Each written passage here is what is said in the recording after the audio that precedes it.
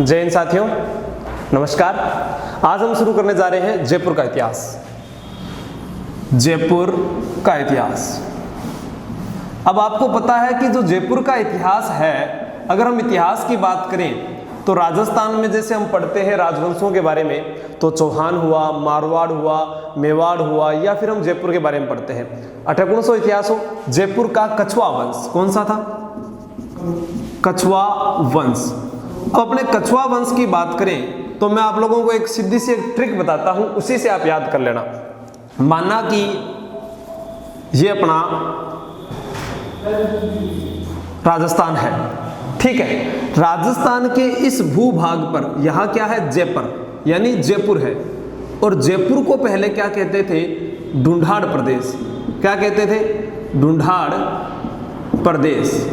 ढूंढाड़ प्रदेश कहते थे। अब मैं जैसे जैसे बोल रहा हूं, आप उसके पीछे पीछे बोलने की कोशिश कीजिए। जैसे मैंने कहा, राजस्थान की राजधानी जयपुर है। क्या है?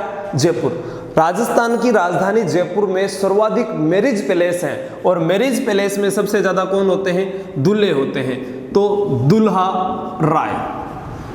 दूल्हा राय। दूल्हे को बिठाना किस पर है? कोकिल पर बिठाना है। किस पर बिठाना है? क्योंकि घोड़ियां कम पड़ गई तो हमने किस पर बिठा दिया? कोकिल पर बिठा दिया। कोकिल देव। कोकिल देव। कोकिल पर बिठाया यानी कोयल पर बिठाया तो किस पर गिर गया वो? पृथ्वी पर। पृथ्वीराज कछवा। पृथ्वीराज कछवा, ठीक है। पृथ्वी पर बिठाया, सॉरी, पृथ्वी पर गिर गया तो यहां पृथ्वी पर भार बढ़ गया। भारमल, जिसे हम किस नाम से जानते हैं?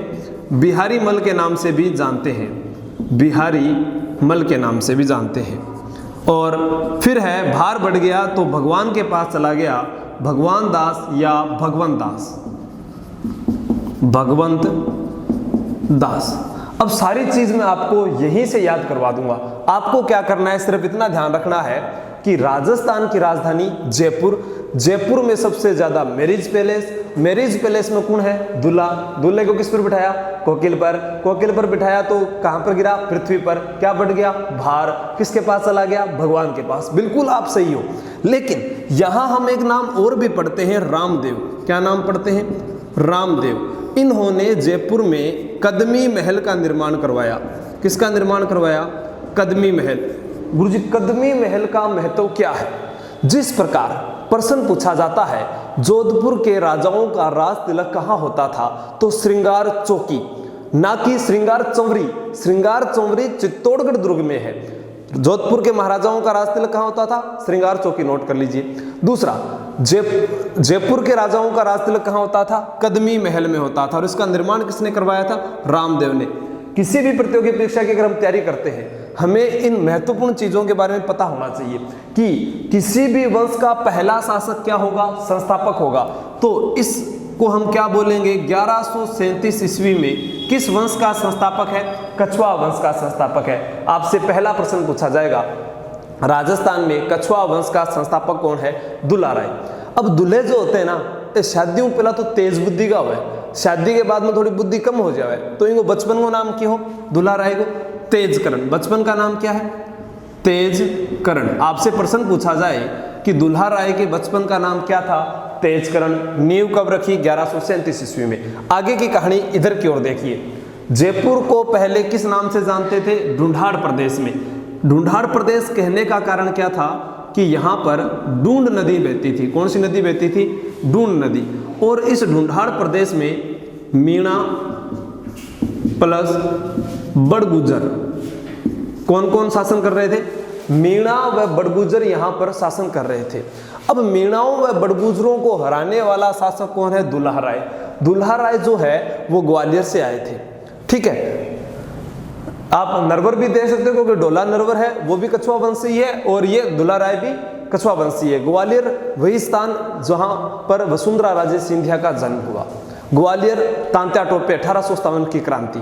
ग्वालियर कवि बिहारी का नाम आता है ग्वालियर से। सारी बातें आपको आगे मैं बताता रहूंगा। तो अब ये दूल्हा राय आया, ये यहाँ से दूल्हा राय जाता है और किसको हरा देता है? मीणा व बड़गुजरों को। तो पहला प्रश्न, मीणा व बड़गुजरों को हराकर ढूंढाड़ प्रदेश पर शासन किसने किया? दूल्हा राय ने। पिछले गत वर्षों के एग्जाम में प्रश्न पूछा गया कि ढूंढाड़ प्रदेश जो है यहाँ दुल्हा राय जो है, तो इस दुल्हा राय ने एक राजधानी बनाई थी, दौसा को राजधानी बनाया। किसको बनाया? दौसा को, क्योंकि मीणा व बड़गुजर वहां दौसा के किले में रह रहे थे। तब इस दुल्हा राय ने उनको हराया और दौसा के किले पर अधिकार किया। तो दौसा का किला जीतने वाले शासक भी कौन हो गए? दुल्हा राय हो गए। और इनकी प्रारंभिक राजधानी कौन सी होगी? दौसा होगी। तो नोट कर लीजिए आप, यहां मैं बता देता हूं आपको, दुल्हा राय ने किसको राजधानी बनाया? राजधानी, देखो दुल्हा राय ने राजधानी बनाया है दौसा को, और दौसा जयपुर के पास में ही है। यहाँ पर धनुष की आकृति का जो जिला है राजस्थान में, वो दौसा है। जयपुर की बात करें अपने, 18 नवंबर 1727 को शहर बसाया गया जयपुर, लेकिन राजस्थान की राजधानी 30 मार्च 1949 को। ये अपने आगे बात करेंगे, फिर भी मैं यहाँ लिख देता हूँ आप लोगों को, 18 नवंबर 1727 ये तो सवाई जयसिंह ने जयपुर शहर बसाया था, और 30 मार्च 1949 यानी इस दिन 30 मार्च को राजस्थान दिवस भी होता है। राजस्थान दिवस, आपसे प्रश्न पूछा जाए राजस्थान स्थापना दिवस कब होता है? नोट कीजिएगा, 1 नवंबर होता है। राजधानी किसको बनाया है? दौसा को। दुल्हा राय ने ही जमुआय माता का मंदिर बनवाया, जमुआय माता का मंदिर बनवाया। जमुआय माता का जो मंदिर बनवाया, वो मंदिर कहाँ पर है? रामगढ़ में है। कहाँ पर है भाई? रामगढ़ में है। और रामगढ़ में प्रश्न पूछा जाए किसका मंदिर बनवाया? जमुआय माता। तो इस वंश के शासकों की कुल देवी कौन सी हुई? जमुआय माता। प्रश्न आता है कछवा शासकों की आराध्य देवी कौन सी है? तो शिला देवी होगी। कौन सी होगी? शिला देवी। तो यहाँ नोट कीजिएगा कि कछवा शासकों की कुल देवी जमुआय माता का मंदिर कहाँ है? रामगढ़ में। और उसी रामगढ़ को आज हम किस नाम से जानते हैं? जमुआ रामगढ़ के नाम से। ये तो बात हुई शासकों की, लेकिन प्रश्न आता है कि सर ये कछवा वंश की उत्पत्ति कहाँ से हुई? हमारा जो पहला प्रश्न तो यही बन रहा है कि कछवा वंश की उत्पत्ति कहाँ से हुई, तो मैं आपको वो भी बताता हूं। आप इसको नोट कर लिया आप लोगों ने? तो ठीक है, अब कछवा वंश के बारे में बात करते हैं। दुल्हा राय हो गया कंप्लीट। देखो कछवा वंश के बारे में बात करें तो श्री राम, श्री राम के पिता का नाम दशरथ, दशरथ के पिता का नाम दिलीप, दिलीप के पिता का नाम अज, अज के पिता का नाम रघु। ठीक है, अब यहां श्री राम के 2 पुत्र, एक का नाम लव, एक का नाम कुश। कुश से बना कुशवा। क्या बना? कुशवा। और कुशवा से क्या बन गया? कछवा बन गया। प्रश्न क्या आता है कि जो ये कुशवा है इसी से कछवा बना, कारण क्या है? वो राजस्थान है, राजस्थान में जो नाम मंजू है बिन क्या कर दिया? मंजूड़ी। ठीक है, कि वो नाम अशोक हुआ है, ठीक है, वो अशोकिया नाम बिगाड़ देते हैं। अपने क्या करते हैं, कोई भी चीज होती है उसका नाम बिगाड़ के छोड़ देते हैं। तो इसी प्रकार यहाँ कुश से कुशवा का कछवा वंश हो गया। लेकिन आज भी मथुरा यूपी सोरसेन वाला जो प्रदेश आता है, भरतपुर वाला क्षेत्र है जहाँ ब्रज भाषा बोली जाती है, वहां पर इसको कुशवा वंश ही कहा जाता है। अब यहाँ ऊपर नाम क्या आया? रघु। यानी इन शासकों को क्या कहा गया है? रघुवंश तिलक। क्या कहा गया है? यानी रघु के वंशज है। ये किसके वंशज है? रघु के वंशज है, रघु के वंशज है, रघु के वंशज है। और ये बात की जानकारी हमें कौन से अभिलेख से मिलती है?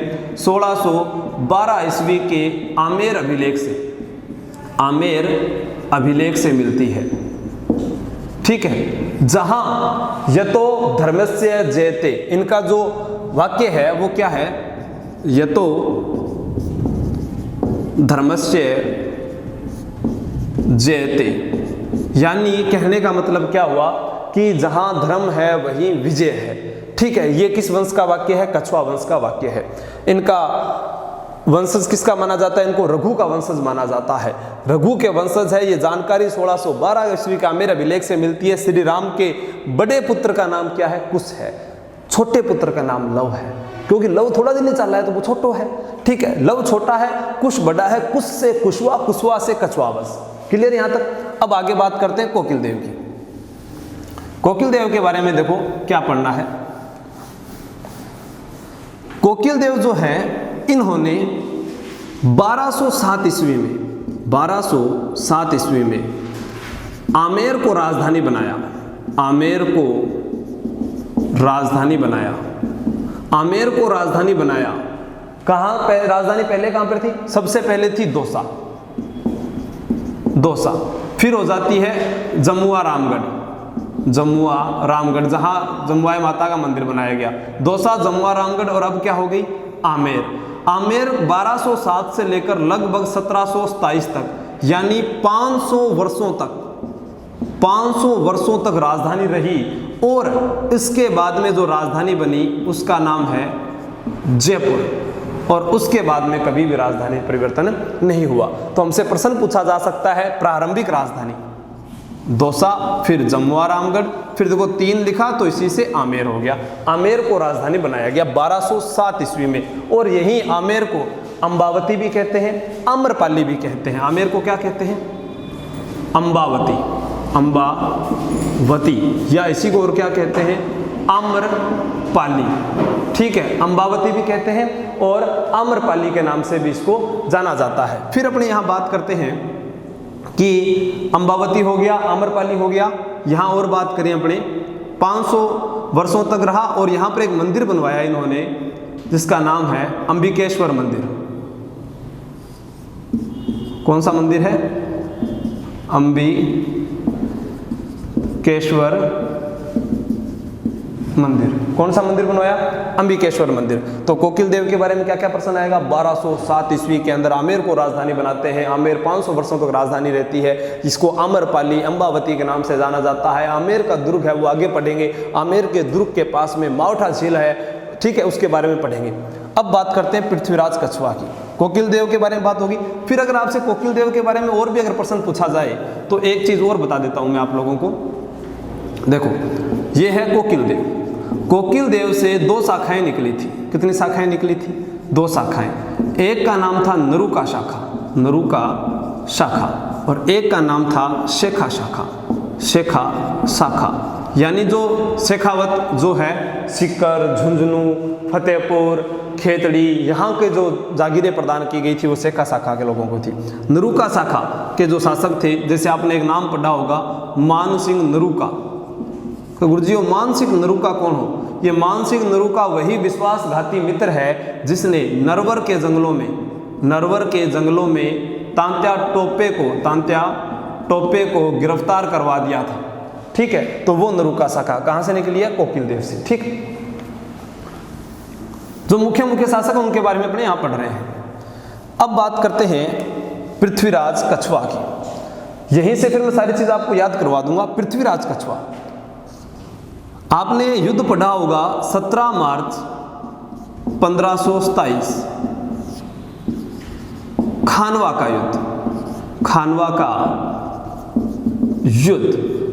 युद्ध रूपवास तहसील गंभीर नदी भरतपुर। कहां पर हुआ? गंभीर नदी भरतपुर। यानी पृथ्वीराज कछवा 17 मार्च 1527 को जब खानवा का युद्ध हुआ था, तब इस खानवा के युद्ध में खाना खाने लग रहे थे। एक तरफ राणा सांगा था और एक तरफ बाबर था। कौन था? मुगल बादशाह बाबर था। राणा सांगा और बाबर, जब राणा सांगा और बाबर यहाँ खानवा के युद्ध में थे, तब इसी राणा सांगा का साथ किसने दिया था? पृथ्वीराज कछवा ने। प्रश्न आता है कि इडर से कौन आया था? इडर से एक शासक आते हैं जिनका नाम है भारमल। लेकिन प्रश्न आए कि आमेर से कौन आया था, तो प्रश्न आएगा, उत्तर होगा पृथ्वीराज कछवा।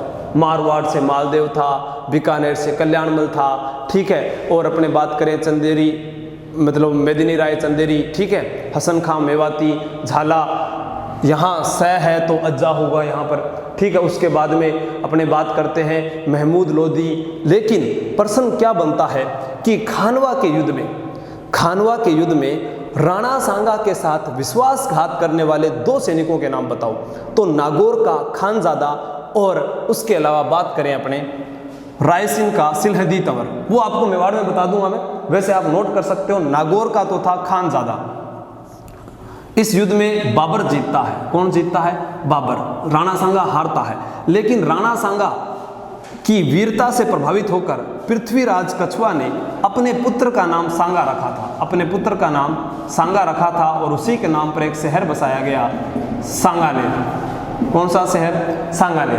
राजस्थान का प्रथम अंतर्राष्ट्रीय हवाई अड्डा कहाँ पर बनाया है? सांगानेर में बनाया गया। सांगानेरी प्रिंट वो भी कहाँ का प्रसिद्ध है? सांगानेर का ही प्रसिद्ध है। अकबर की राजस्थान में मुलाकात भारमल के साथ कहाँ पर होती है? सांगानेर में ही होती है। ठीक है, तो यहाँ बात कर रहे थे अपने कि राणा सांगा और बाबर के मध्य युद्ध होता है, तो आपको क्या याद करना है? पृथ्वी पर बैठकर खाना खा रहे थे सांगा और बाबर। तो ये राजपूत शासक है, तो पृथ्वीराज कछुआ भी राजपूत है। एक राजपूत ने दूसरे राजपूत का साथ दिया था। इस युद्ध में राणा सांगा ने पाती पर्वण लिखा था। राजस्थान के सभी राजाओं को आमंत्रित करने की जो प्रथा है, यानी एक पत्र के माध्यम से भेजा गया, उसे क्या कहते हैं? पाती पर्वण कहते हैं। आरएस एग्जाम में ये पूछा गया। और पृथ्वीराज कछुआ ने अपने पुत्रों के लिए एक सामंती व्यवस्था लागू की थी, जिसे बोलते हैं 12 कोटड़ी, यानी 12 कोटड़ी रियासत का संबंध किससे है? आमेर से। 12 कोटड़ी रियासत का संबंध किससे है? आमेर से। और वो लागू करने वाले कौन है? पृथ्वीराज कछुआ है। खानवा के युद्ध में साथ देने वाले पृथ्वीराज कछुआ। 12 कोटड़ी रियासत पृथ्वीराज कछुआ। अपने पुत्र का नाम क्या रखा? सांगा। सांगा के नाम पर क्या बसा? सांगानेर। और रामानुजी संप्रदाय की जो पीठ है, रामानुजी या रामानंदी जिसे कहते हैं, वहाँ के संत कृष्णदास पेहारी के अनुयायी थे। किसके अनुयायी थे? कृष्णदास पेहारी के। कौन से संत हैं? कृष्णदास पेहारी के अनुयायी थे। ये भी एग्जाम में पूछा गया है। ठीक है, तो 12 कोटड़ी रियासत का संबंध किससे हुआ? पृथ्वीराज कछुआ से। कृष्णदास पेहारी के अनुयायी कौन थे? पृथ्वीराज कछुआ थे। ठीक है, यहां तक कंप्लीट हो गया। अब आगे की बात करते हैं। नोट कर लिया ना आपने ये सारा? अब देखो साथियों, अब जो बात है उसके बारे में आपको बताऊं। हम बात कर रहे हैं भारमल की। भारमल, या जिसे हम बोलते हैं बिहारी मल। बिहारी मल 1547 ईस्वी से 1573 ईस्वी, क्योंकि मुख्य शासकों के सन याद करने हैं। नींव रखी 1137 में, 1207 में राजधानी बनाया और फिर खानवा का युद्ध 17 मार्च 1527। भारमल या बिहारी, जैसे जैसे मैं बोलता हूं वैसे वैसे बोलिए। भारमल ने अपना भार बांध दिया था अकबर के साथ। भार्गो नाम की गुरुजी हरकाबाई, यानी भारमल की पुत्री का नाम क्या था? हरकाबाई। और हरकाबाई का विवाह किसके साथ कर दिया? अकबर। अकबर की बीननी को नाम हरकाबाई, हरकाबाई के बींद को नाम अकबर, अकबर के ससुर का नाम भारमल। तो भारमल ने अपना भार किसके साथ बांधा? अकबर के साथ। राजस्थान का पहला राजा जिसने मुगलों की अधीनता स्वीकार की, वो राजा है भारमल। ऐसे बहुत से शासक हैं राजस्थान में जिन्होंने मुगलों की अधीनता स्वीकार की थी, लेकिन सबसे पहले स्वीकार किसने की? भारमल ने। अब अकबर और भारमल की मुलाकात की बात करते हैं। देखो, अकबर की मुलाकात, सर्वप्रथम अकबर की मुलाकात सर्वप्रथम किसने करवाई थी भारमल के साथ?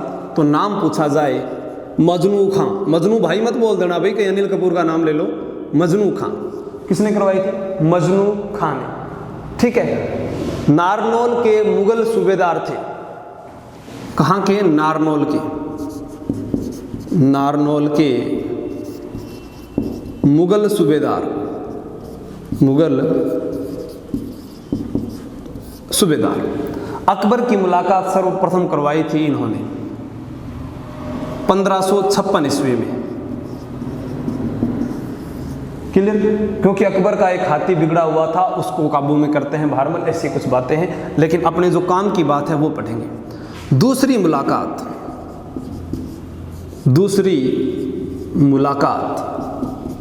कौन करवाता है? चंगताई खां। चंगताई खां कहाँ करवाता है? सांगानेर में। कहाँ करवाता है भाई? सांगानेर में। सांगानेर में अकबर की मुलाकात चंगताई खां ने, पहले अकबर की मुलाकात मजनू खां ने, नारनौल के मुगल सूबेदार थे। ये मुलाकात कहाँ पर हुई थी? पहली वाली दिल्ली में बताते हैं। कहाँ पर बताते हैं? दिल्ली में। क्लियर? दूसरी चीज, अब यहाँ पर मैंने कहा कि अकबर की अधीनता स्वीकार करने वाला पहला शासक है भारमल। तो प्रश्न पूछा जा सकता है अधीनता कब स्वीकार की? अधीनता स्वीकार की 20 जनवरी 1562 ईस्वी को। कब स्वीकार करी भाई? 20 जनवरी 1562 ईस्वी को अकबर की अधीनता स्वीकार किसने की? भारमल ने। तो राजस्थान का पहला राजा भारमल। राजस्थान की पहली रियासत अगर पूछी जाए अधीनता स्वीकार करने वाली पहली रियासत, तो आमेर। कौन सी होगी? आमेर।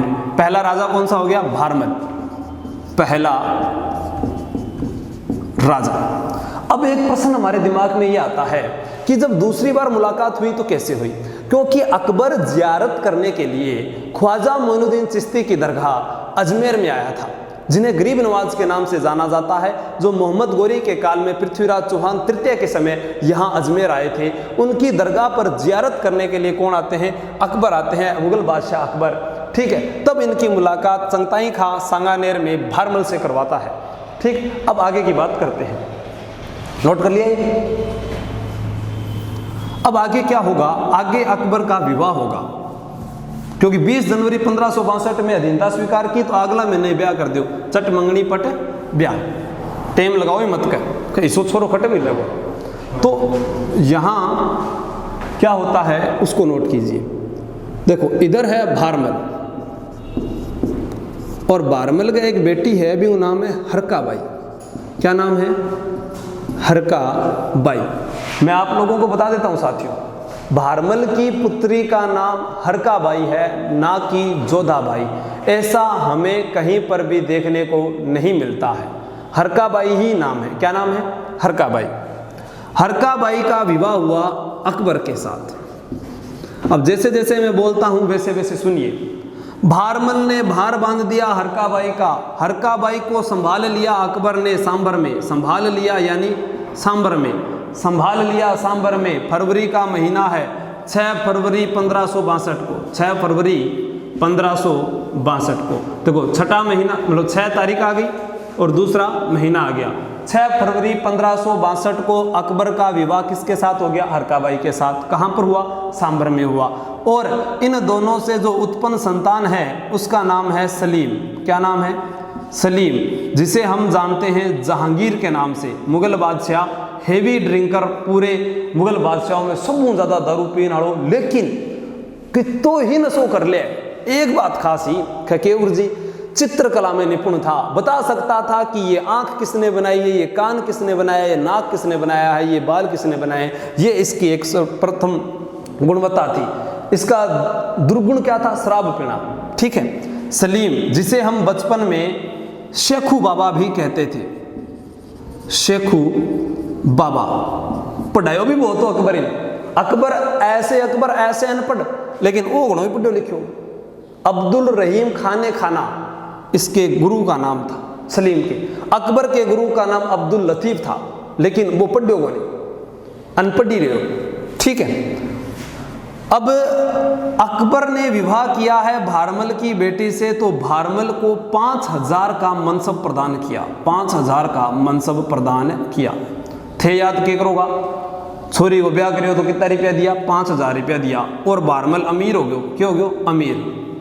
अमीर उल उमरा, अमीर उल उमरा वह राजा की उपाधि प्रदान की, वह राजा की उपाधि प्रदान की। अकबर ने भारमल को कितने हजार का मनसब दिया? 5000 का।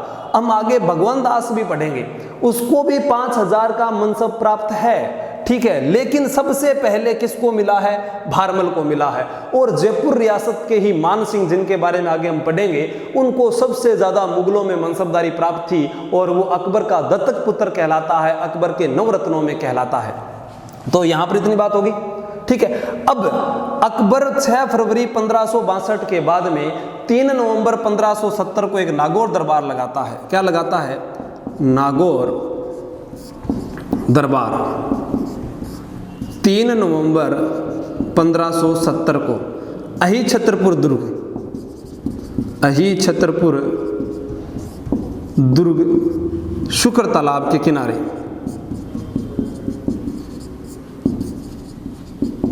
अब कहते हैं कि ये नागौर दरबार जो है वो किसके दिमाग की उपज था? भारमल के कहने पर अकबर ने नागौर दरबार लगाया था। इस नागौर दरबार में राजस्थान के अधिकांश राजाओं ने अधीनता स्वीकार की थी। जिन्होंने मुगलों की अधीनता स्वीकार की उन शासकों का अगर मैं नाम लूं तो मैं आपको बता दूं, आप नोट कर लो।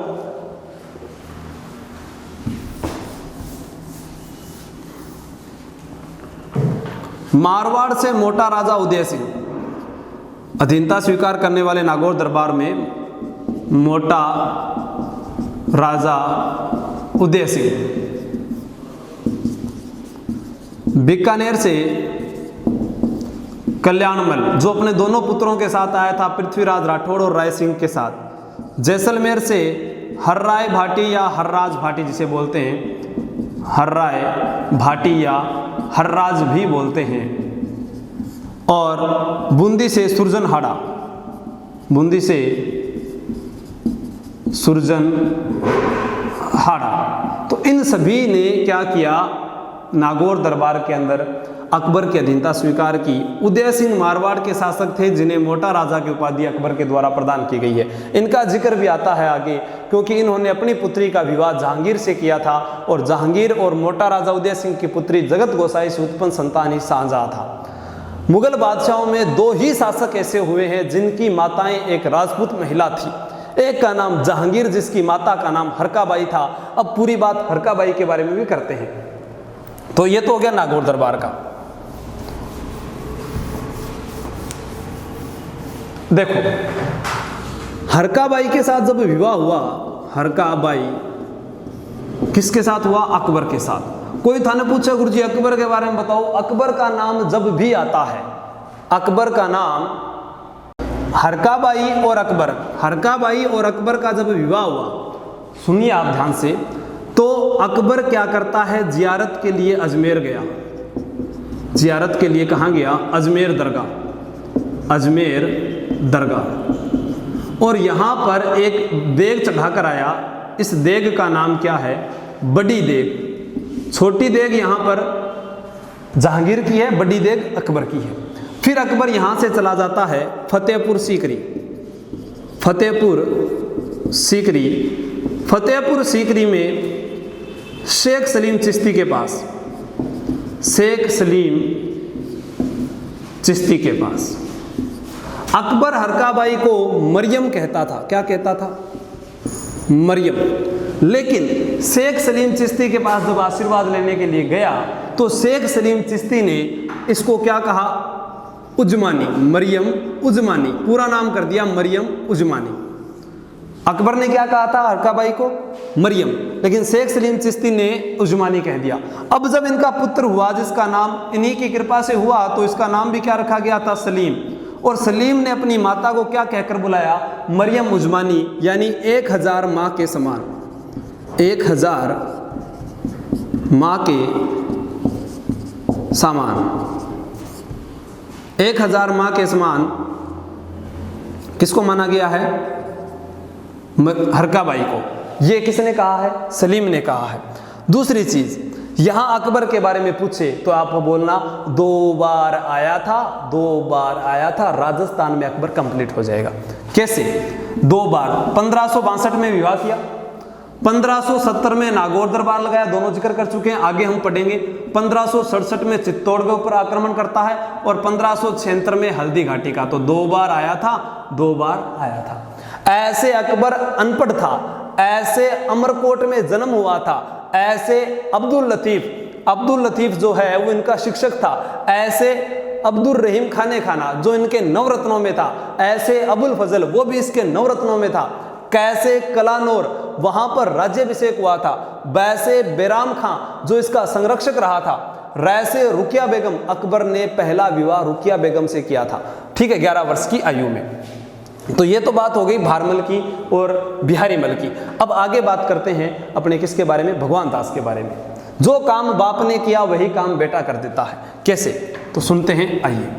नोट कर लिया आप लोगों ने?